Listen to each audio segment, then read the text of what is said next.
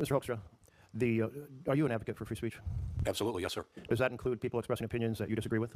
Absolutely, yes. So if an American is resident in Canada, should they, under Canada's also is free speech nation, should they be free to express their opinion on world affairs? American citizens present in Canada or any foreign country have an obligation to live under the laws of that country. Well, I'm asking about Canada specifically. They have free speech rules. Should American Canada be able to express their opinion about world affairs? Within the framework of the Canadian legal system, absolutely, yes. Yeah. And that includes things that the president or the prime minister of Canada disagrees with? If the should Americans be able to say something in Canada that the Canadian prime minister disagrees with? Yes.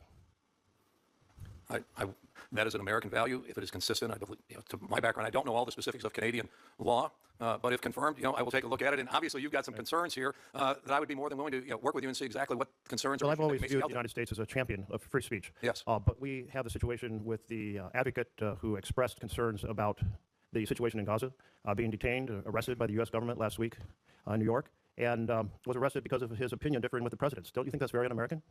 Again, I know something about this. I'm not an expert, but the understanding of the administrators, I'll probably get into.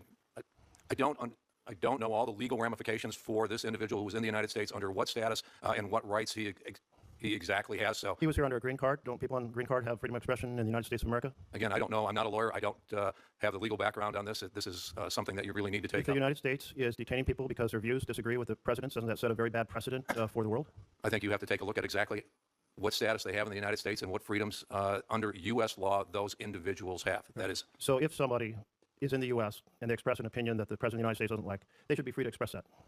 If their status, depending on, this will all, it's a hypothetical question in terms of what they've said. It's not that hypothetical. You just have a case of somebody under a green card being arrested for their opinion on a war in Gaza. I don't. I support free speech. I support people being able to say lots of things the president disagrees with.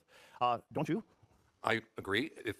I agree on free speech. I agree that people in America should be allowed to speak, express their views consistent with the legal requirements and the legal boundaries by which they are here in the country. Well, I hope with that viewpoint, you will call up the president and say, we need to not arrest people for their views on foreign policy here in the United States of America, that it's wrong under our Constitution, it's wrong under the law, it's wrong under the example we set around the world, that we are going to be champions of freedom, not folks who take political prisoners. Thank you. Thank you. Thank you. Senator, there's a difference between free speech and giving aid and support to people who... Mr. Chairman, do you have any evidence that this individual gave aid and support? Because there's been no evidence provided by the administration. So I do not think we should accuse somebody who opposed the war or opposed circumstances unless you have evidence for that. Appreciate your views.